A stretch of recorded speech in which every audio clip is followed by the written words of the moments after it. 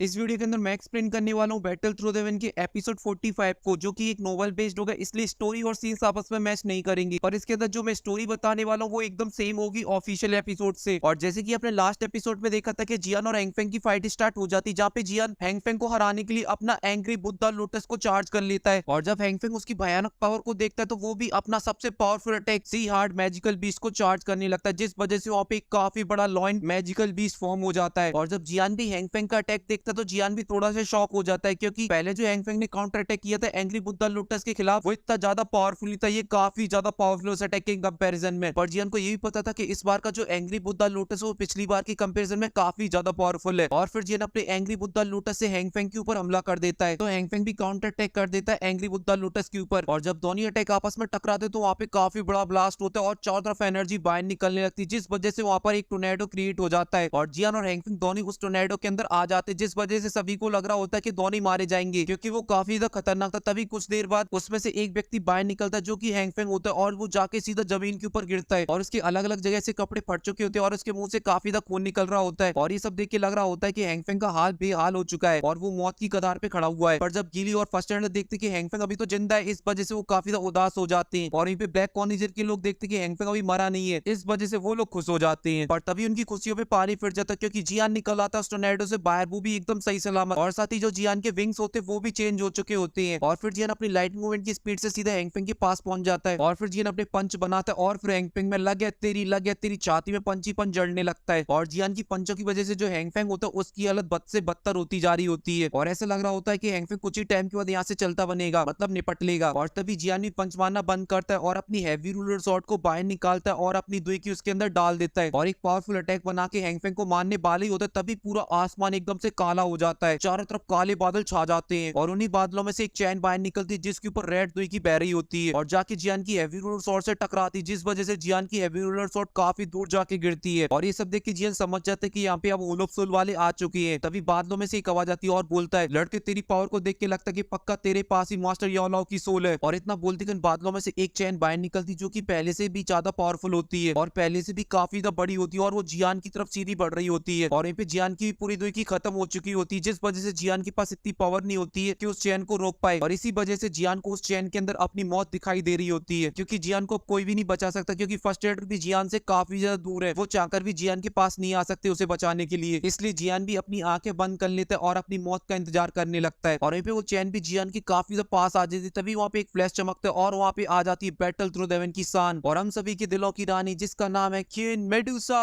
और वो उस चैन को पकड़ लेती जो कि जियान के बिल्कुल ऑलमोस्ट टच करने वाली होती है। और अगर क्वीन मेडुसा सही टाइम पे नहीं आती तो जियान को वहीं पे काम तमाम। और वहीं पे जियान अपनी आंख बंद करे हुए इंतजार कर रहा होता है कि अब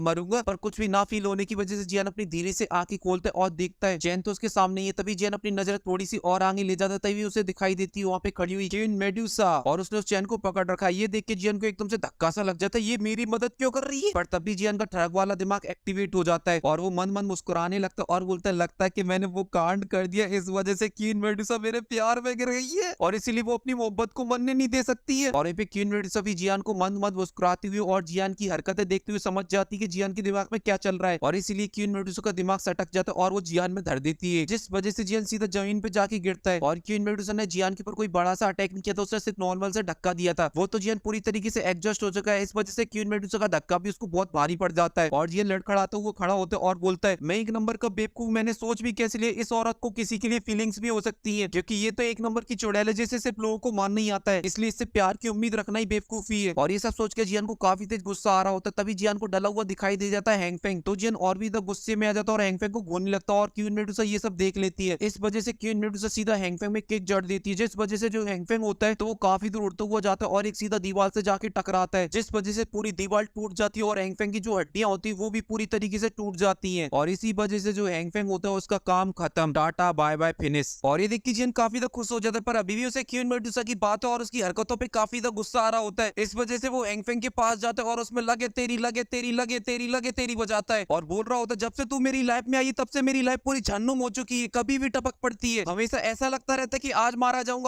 जाऊंगा, ना कुछ सोचती ना समझती, बस मारने के पीछे पड़ी रहती है मेरे। और ये सब सुन के और समझ के क्वीन मेडुसा समझ जाती है जियान ये सब उससे बोल रहा है, इस वजह से उसे आ जाता है काफी गुस्सा और वो गुस्से से जियान को देखने लगती है। और जब जियान देखता है क्वीन मेडुसा काफी ज्यादा गुस्से में आ चुकी है, इस वजह से वो एक स्माइल देता है, चुपचाप से वहीं पे खड़ा हो जाता है। और वहीं पे क्वीन मेडुसा की पावर को देखकर ब्लैक लायंस के लोगों की तो डर के मारे पैंट गीली हो रखी थी, क्योंकि क्वीन मेडुसा ने एक नॉर्मल किक में हैंगफेंग का काम खत्म कर दिया। और वहीं पे फर्स्ट एल्डर और इनर अकेडमी के लोगों को लग रहा होता है क्वीन मेडुसा और हैंगफेंग के बीच में कुछ पुरानी दुश्मनी है, इस वजह से क्वीन मेडुसा ने हैंगफेंग को मार डाला। और उन सभी को ये नहीं पता था क्वीन मेडुसा ने ये सब तो जियान के लिए किया, क्योंकि जियान के लिए क्वीन मेडुसा का दिल ऐसे बोल रहा होता है। ऐसा लग रहा है दिल गार्डन गार्डन हो रहा है, बहुत मजा आ रहा है यहाँ पे। क्या लबे सीरीज पर तभी काले बादलों में से एक अटैक आता है जो कि क्वीन मेडुसा की तरफ होता है। तो क्वीन मेडुसा भी अपने 7 कलर की लाइट से काउंटर अटैक कर देती है, जिस वजह से दोनों जब अटैक आपस में टकराते तो वहाँ पे काफी बड़ा ब्लास्ट होता है और उसकी एनर्जी की वजह से जो आसपास में पहाड़ होते हैं वो टूट जाते हैं। और वहीं पे जब क्वीन मेडुसा ने अटैक किया तो उसके हाथ में जो चैन होती है उससे उसकी पकड़ कमजोर पड़ जाती है और इसी का फायदा उठाता है वो लोग सोल का बंदा और उस चैन को वापस अपने पास खींच लेता है। और काले बादलों के अंदर से बोलते प्रिटी लेडी आप कौन हो, और शायद आप ये नहीं जानते कि हम लोग वोल ऑफ सोल के बंदे हैं और आपको हमारे काम के बीच में टांग नहीं अड़ानी चाहिए, और अगर तुम हमारे काम के बीच में आती तो तुम अपनी जिंदगी से हाथ भी धो सकती हो, क्योंकि यहाँ पर मैं मास्टर यावला और उनकी चेले की सोल को लेने के लिए आया हूँ, इसलिए तुम बीच में मत आओ। और वहीं पे क्वीन मेडुसा भी काफी ज्यादा सोच विचार में पड़ी हुई होती है, क्योंकि उसने भी जो डार्क एनर्जी को डिस्ट्रॉय किया वो बहुत ही ज्यादा अजीब थी, क्योंकि उससे पहले क्वीन मेडुसा ने इस तरीके की एनर्जी कभी भी नहीं देखी थी। फिर भी क्वीन मेडुसा बोलती मुझे फर्क नहीं पड़ता तुम वोल ऑफ सोल से हो या फिर जहन्नुम से हो, क्योंकि जियान को सिर्फ मैं ही मार सकती हूँ और अगर उसे मेरे अलावा किसी ने हाथ भी लगाया तो मैं उसका नामो निशान मिटा दूंगी इस पूरे कॉन्टिनेंट से। पर हाँ, जब मैं जियान को मारूंगी तब तुम उसकी बॉडी लेने के लिए आ सकते हो, मैं उसकी बॉडी तुम्हें दे दूंगी, फिर तुम्हें जो कुछ करना है उसके साथ तुम कर सकते हो। और ये सब सुन के वोल ऑफ सोल का बंदा समझ जाता है इस औरत से पंगा लेना अपने पैर पे कुल्हाड़ी मारने जैसा है, क्योंकि उसे पता था क्वीन मेडुसा काफी ज्यादा पावरफुल है उससे, इसलिए उसे हराना उसके लिए बिल्कुल नामुमकिन है। इसलिए बोलते ठीक है प्रिटी लेडी, अभी के लिए मास्टर यावलो की सोल नहीं तो उनके पहले चेले की सोल से काम चला लेते हैं, पर हम बहुत ही जल्दी मास्टर यावलो की सोल को भी लेने के लिए वापस आएंगे। और फिर ब्लैक बादलों में से एक व्यक्ति बाहर निकलता जो कि पूरी तरीके से डार्क होता है और वो हैंगफेंग के पास जाता और उसे पकड़कर उसकी बॉडी में से उसकी सोल को बाहर निकालने लगता है। ये देखकर वहाँ पे जितने भी लोग होते हैं वो काफी ज्यादा शॉक हो जाते हैं, क्योंकि उनने आज से पहले किसी की बॉडी से सोल बाहर निकलते हुए नहीं देखी थी। और वहीं पे हैंगफेंग की सोल बाहर निकल आती जो कि एकदम ट्रांसपेरेंट होती है, जो वे भी जियान को घोर घोर के देख रही होती, क्योंकि उसी की वजह से वो वोल ऑफ सोल का गुलाम बन जाएगा। और वहीं पे वोल ऑफ सोल का बंदा हैंगफेंग की सोल को लेकर वहां से जाने लगता है, पर वो जाते जाते बोलता है जियान हम बहुत ही जल्दी वापस आएंगे मास्टर यावला और तुम्हारी सोल को लेने के लिए, क्योंकि तुम्हारी सोल में भी अब वोल ऑफ सोल वालों का इंटरेस्ट है, इसलिए तुम तब तक अपना ख्याल रखना। और ये जियान के लिए वोल ऑफ सोल की वार्निंग थी, पर जियान इन सभी बातों पे बिल्कुल भी ध्यान नहीं देता, क्योंकि अगर वो एक बार पावरफुल बन गया तो इन वोल ऑफ सोल वालों की माँ की आंख कर देगा वो, इसलिए वो इतना ध्यान नहीं देता। और वो हैंगफेंग के पास जाता है और उसकी बॉडी को चेक करने लगता है। जब वो चेक करता है तो उसे पता चलता है कि उसकी सी हार्ट फ्लेम उसके पास नहीं, क्योंकि वोल ऑफ सोल वालों ने उसकी सोल को ले लिया, जिस वजह से सी हार्ट फ्लेम भी उसके साथ चली गई है। और इसीलिए जियान का जो सपना होता है सी हार्ट फ्लेम लेने का, वो सपना का सपना ही रह जाता है। पर तभी जियान की नजर हैंगफेंग की हाथ पे पड़ती है, जहाँ पर उसने एक फिंगर में हाई ग्रेड की स्पेस स्टोरिंग को पहन रखा है। तो जियान फटाक से उसके हाथ से स्पेस स्टोरिंग को बाहर निकाल लेता है, क्योंकि जो स्पेस स्टोरिंग होती है वो 3 भागों में डिवाइड है, लो, मीडियम और हाई। और जो हाई ग्रेड की स्पेस स्टोरिंग होती है वो बहुत ही ज्यादा रेयर होती है, क्योंकि इसके अंदर जो स्पेस होती है वो बहुत ही ज्यादा होती है नॉर्मल स्पेस स्टोरिंग के कंपैरिजन में। और वहीं पे जियान ने भी मास्टर से मिलने से पहले कोई भी हाई ग्रेड की स्पेस स्टोरिंग नहीं देखी थी। और वहीं पे जियान की मीडियम ग्रेड की स्पेस स्टोरिंग टूट जाने की वजह से जियान को लो ग्रेड की स्पेस स्टोरिंग से काम चलाना पड़ रहा था। पर आज जियान के सामने एक हाई ग्रेड की स्पेस स्टोरिंग है, और वो भी कोई मामूली नहीं, वो है हैंगफेंग की, जिस वजह से उसके अंदर काफी ज्यादा रेयर ऑफ रेयर चीजें होंगी। और इस हाई ग्रेड की स्पेस स्टोरिंग की खास बात होती है कि ये बिल्कुल आईफोन की तरह होती है, क्योंकि ये काफी ज्यादा मजबूत होती है और साथ ही इसके अंदर मिलती है एक हाई सिक्योरिटी। और ऐसी होता है जब जियान देखता है कि उस स्पेस स्टोरिंग के ऊपर एक लॉक लगा हुआ है, तो जियान अपनी स्पिरिचुअल पावर से उसको तोड़ने की कोशिश करता है, पर वो नाकाम हो जाता है, क्योंकि हैंगफेंग ने अपनी स्पिरिचुअल पावर से उसके ऊपर लॉक कर रखा था। और जब जियान उसे तोड़ने की कोशिश कर रहा होगा तो हैंगफेंग की स्पिरिचुअल पावर हैंगफेंग को बता रही होगी भैया कोई तुम्हारी शील्ड को तोड़ने की कोशिश कर रहा है, देख लो तुम जिंदा हो तो। और साथ ही वो अपनी लोकेशन भी बता देती है। पर आप लोग तो जानते हो कि हैंगफेंग तो निपट चुका है, इस वजह से ये सारे फंक्शन टोटली बेकार हो चुकी है। और ये भी जियान अपनी स्पिरिचुअल पावर को और भी फोर्सफुली उस पर मारता है, जिस वजह से हैंगफेंग का जो लॉक होता है वो टूट जाता है और हैंगफेंग की स्पिरिचुअल पावर बाहर निकल आती और जियान की स्पिरिचुअल पावर उसके अंदर चली जाती और जियान का लॉक क्रिएट हो जाता है उसके ऊपर। और फिर जियान उस रिंग को अपने हाथ में पहन लेता है और वो स्पेस स्टोरिंग जियान के हाथ में काफी ज्यादा सुंदर लग रही होती है, क्योंकि उस रिंग का कलर होता है डार्क ब्लू। और यहाँ पे जियान अपनी आंखें बंद करके अपनी स्पिरिचुअल पावर स्पेस स्टोरिंग के अंदर डाल देता है और उसके अंदर चेक करने लगता है, जहाँ पर उसे बहुत सारी मेडिकल पिले और बहुत सारे मेडिकल इंग्रेडिएंट दिखाई देते हैं और साथ ही काफी सारी डाउ टेक्निक्स, काफी सारे मेडिकल स्क्रोल, जिसे देख के जियान काफी ज्यादा खुश हो जाता है और बोलता है कि चलो कोई ना, सी हार्ट फिल्म को नहीं ले पाया पर ये भी काफी रेयर चीज है जो सी हार्ट फिल्म की कमी को पूरा कर सकती है। और वहीं पे क्वीन मेडुसा देख रहे होते कि जियान कैसे अपनी स्पेस स्टोरिंग को गले से लगाए हुए हंसने में लगा हुआ है, इस वजह से उसे गुस्सा आ जाता है और बोलती है ये लड़का एक नंबर का